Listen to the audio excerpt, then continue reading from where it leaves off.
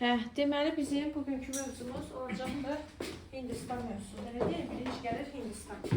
Hindistan ərazisi İngiltərə tərəfindən işğal edilməsindən danışacağıq. Birinci həm izahla gedirəm, həm də sual cavab edəcəm. Bax, diqqətlə qulaq asın. Burada bizim Hindistanda ümumiyyətlə işğalın başlanmasına, əvvəl Hindistan ərazisi İngiltərə tərəfindən işğal edilməsi lap geniş yazılırdı. İndi qısaldıqlar, sizin bəxtiniz gətirirdi. Görürsünüz də, yəni sizin dövrünüzdə bu hissəni də qısaltdılar. İlk öncə bəxtiniz gətirir, amma siz istifadə edəmirsiniz də, hələ ki. 1849-cu ildə deyir ki, Pəncab işğal edildi. 1856-da hara işğal edildi bəs? 1856-da Ağ Knyazlığının tutulmasıyla bir də xüsusilə qeyd eləmək istəyirik ki, bizim lövhəmiz əslində bu qədər qara deyil. Telefonda çox qara düşür. Açıq görülməyən lövhə. 1856 kimsə bizə belə deyək, hədiyyə lövhə göndərsə sevinirim. Hashtag paylaşırıq. Deməli, kart dövlətdə paylaşar. Deməli, Ağ Knyazlığı 1856-cı ildə ingilislər tərəfindən ələ keçirdikdən sonra İngiltərə Hindistanın işğalını başa çatdırdı. Eləmi? İndi belə bir sual yaranır. İngiltərə Hindistanın işğalını hansı şirkətin vasitəsilə həyata keçirir? Austin şirkəti. Adı çox gözəldir. Gəlin baxaq. Bir dənə niyə çəpəmir? Austin şirkəti. Bu Austin şirkəti əslində uşaqlar 1600-cü ildə yaranan şirkət olub. Sənəmçi şirkət olub, faiz verən şirkət olub. Sonradan deyir ki, müəyyən məhsulların istehsalıdır, emalıdır və s. bu kimi məsələləri həyata keçirirdi. Və bu Ost-Hind şirkətinin Hindistanda inhisarçılıq hüququ var.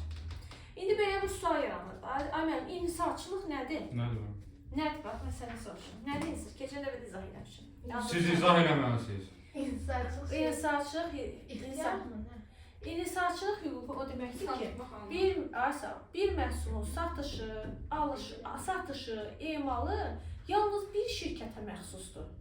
Yəni, Ost-Hind şirkəti ancaq Hindistan ərazisində hansısa məhsulun satışını həyata keçirə bilər. Amma ingilislər bunu Ost-Hind şirkətinin əlindən bir gün alacaqlar. Nə oldu? Oldu. Oldu. Hə, bir dənə də adaptıralım. Deməli, Austin şirkəti inhisarçılıq hüququnu həm də kimə verir? Austin şirkətinə. İngiltərə Hindistanın işğalını hansı şirkət vasitəsilə aparır? Austin şirkəti. Bir gün gəlir, zaman gəlir çatır, İngilislər Austin şirkətinin əlindən inhisarçılıq hüququnu alır. İnhisarçılıq hüququnu onun əlindən alır. Nə vaxt alır deyəndə deyirim ki, 1833-cü ilin xartiyasına əsasən Austin şirkətinin əlindən inhisarçılıq hüququ alınır. Yaxşı, başa düşdükmü bu hissəsini? Deyin ki, başa düşdük. İndi İngilislər bu boyda Hindistanı öz işğalı altında saxlamaq üçün burada ordu yaradırlar. Ordunun tərkib hissəsi ibarətdir müsəlmanlardan duyğun, bir də hindlilərdən. Və həmin ordu bilirsənmi necə adlanır? Bu hindlilərdən və müsəlmanlardan ibarət ordu. Adını deyirik. Sipahilər adlanır. Bəli, sipahilər. Bunu kim yaradır? İngilislər yaradır. Tərkibi kimdən ibarətdir? Müsəlmanların. Hindlilərdən. Amma generalları, başında dayananları kimlərdir? İngilislər. İngilislərin özləri. Yaxşı, bax, müsəlman və hindlilər deyil. Bu İngilislər düşünür ki, bu ordunu, yəni bu sipahi ordusunu biz məcburi xristiyanlaşdırıq. Bunlar öz xoşu ilə qəbul eləmirlər. Bilirsiniz ki, Hindistandakı hindlilər hinduizm dininə sitayiş edir. O biri müsəlmanlar da ki, müsəlmandırlar da İslam dininə sitayiş edirlər. Yaxşı, bunlar qərara gəlirlər ki, bəs bunlar necə eləyək ki, bunlar məcburi xristiyanlıq dinini qəbul eləsinlər. Deyir ki, buna göndərirlər patronlar. Bu patronların da üstünə, patronun da üstünə deyil, inək yağı və yaxud da ki, donuz yağı sürtülür. Patronların üstünə. Bax, patronlar gəlir kağızların içində, cığara deyirik və yaxud da paket deyirik, torba deyirik, hər nədirsə. Onun üstündə gəlir, o patronların da üzərinə vurulur inək yağı və donuz yağı. Və əsgər o patronu çıxartmaq üçün dişi ilə o torbanı cırmalıydı, dişi ilə.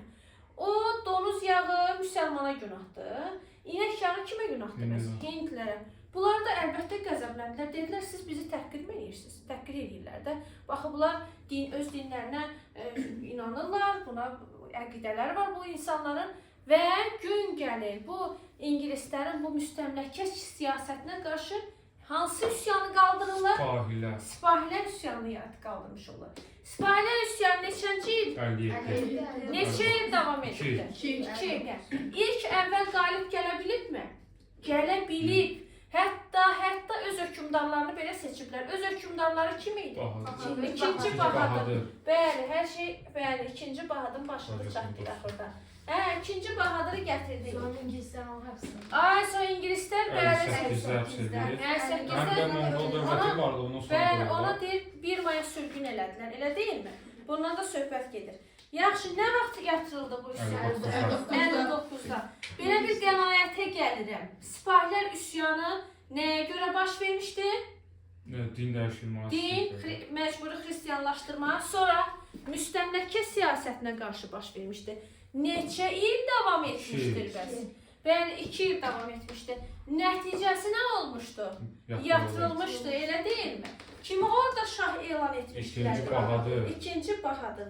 Sipahilər üsyanı, biz ümumiyyətlə deyirik ki, tarixdə üsyanların duyğu %90% yatırılır. 99% da deyə bilərik. Bəs bizə niyə üsyanın əsas nəyə lazım olur həmişə? Nəticəsi, bəli. Müsbət nəticə var, yoxsa mənfi nəticə? Müsbət var. Bəli, müsbət nəticə. İndi sən də görün müsbət nəticə nə idi? Müsbət nəticədə burada metropoliya hökuməti var idi. Bu Metropoliya. İndi onu da eşit. yəni güzəştə getdilər. Güzəştə getdilər. Qaydalar. Tək hakimiyyət İngilislərin əlində qaldı. Ostin şirkəti burada hakimiyyəti deyəsən ləğv etdirildi. Tamam. Sonra deyirik ki, müstəmləkə rejimi yumşaldıldı. Nazir vəzifəsi də təsis edildi. Yeri gəlmişkən, bəs Osmanlı dövlətində nazir vəzifəsi ilk dəfə kimin dövründə idi? Bax, bilməsəz. Bugün saat yarım yox, 2 saat yarım dərsdə oturacaqsınız. 2 saat yarım. Bəli. Özə bu videonu göndərəcəm valideyn qrupuna. Onlar da görsün. Zarafat eləyəm. Yox, zarafat eləmə. Osmanlı dövlətində nazir vəzifəsi kimin dövründə? İkinci Məhəmməd Əbdülməcid. Bax, axırıncı şansınız. Mehmet. Axırıncı şansınız. Nə Mehmet gəldi? oldu da. Axırıncı şans. Osmanlı dövləti. Bilirəm. Nazirlik vəzifəsi. Nazirlik. Avropa nümunəsində nazirlik yaradıldı. Kimin dövründə? Xeyr. Axırıncı şansınız. 5, 4, 3, 2, 1, 0. İkinci Mahmud. Mənim də orada bugün işim yoxdur. Bazar günüdür. Mənim bir şey var. İşsiz, güçsüz adamam. İşsiz, güçsüz adamam. Evdə heç bir işim yoxdur. Bekaram. Da biri sizdə özünüzdə, yəni. Bax, ona görə bugün oturacaqsınız. Oldu. Qardaşını götürəsin imtahanlarına. Sonra, qardaşım.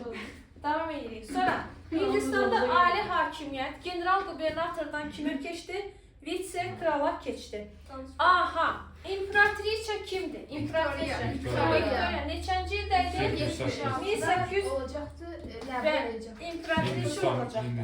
Ay sağ ol, ay sağ ol. İndi gəlirik 19-cu əsrin ikinci yarısında Hindistanın həm də iqtisadiyyatından danışırıq. İqtisadiyyatından danışanda deyirik ki, kapitalist münasibətləri inkişaf edir, plantasiyalar salınır, dəmir yolları çəkilir. Görsən, yaxşı gedirəm, yaxşı gedirəm. Sonra deyirəm ki, Bombeydə nə yaradıldı? İlk toxuculuq, 84 toxuculuq fabriki yaradıldı. Qadınların, uşaqların, yeniyetmələrin işləməsi, fəhlə qanunları 1890 kimi qeyd edə bilərsiniz. Bu İngiltərə, indi bu Hindistanda bilirsiniz neynədir? Aranı vurur. Yəni Hindistanda kimlər yaşayır? Müsəlmanlar, İngilislər. Bu İngilis də, müsəlman da deyir ki, ay qardaş, sənin tərkibində deyilik, yəni İngilisin tərkibindədir də. Biz öz hüquqlarımızı ümumilikdə, yəni parlamentdə müdafiə etmək istəyirik. Biz də parlamentdə sözümüzü demək istəyirik. İngiltərə deyir, mənim gözümüzdə. Gəlin öz hüquqlarınızı müdafiə edin, biz sizdən razıyıq.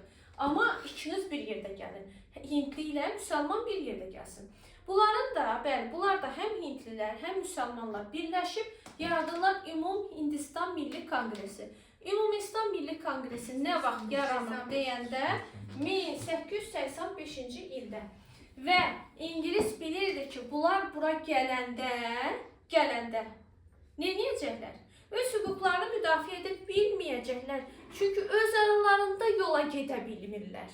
Və həqiqətən də elə olur. O Ümumdünya Milli Konqresinin tərkibində olan Hindlilərlə müsəlmanlar arasında dava dalaş olduğuna görə, ziddiyyət yarandığına görə bu axıra qədər baş tutmur.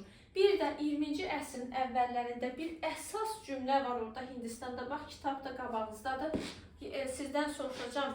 Deyir ki, mübarizə üsulu, müstəmləkəyə qarşı mübarizə üsulu nə oldu 20-nin əvvəlində? Ən çox soruşulan hissədir. Deyin görək. Nə? Nə idi o? Nələrin boykotu? Boykot, gətirilən malların boykot edilməsi idi. Bəli, mübarizə üsulu 20-ci əsrin əvvəlində bu cür qiymətləndirilir deyirik. Ən kütləvi mübarizə üsulu hesab olunacaqdır və bu birinci ümumi xalq hərəkatı hesab edilir. Bu oldu bizim hansı dərsimiz? Hindistan. İndi mən Hindistanı sizə başdan ayağa soruşuram, sonra keçirik Çinə.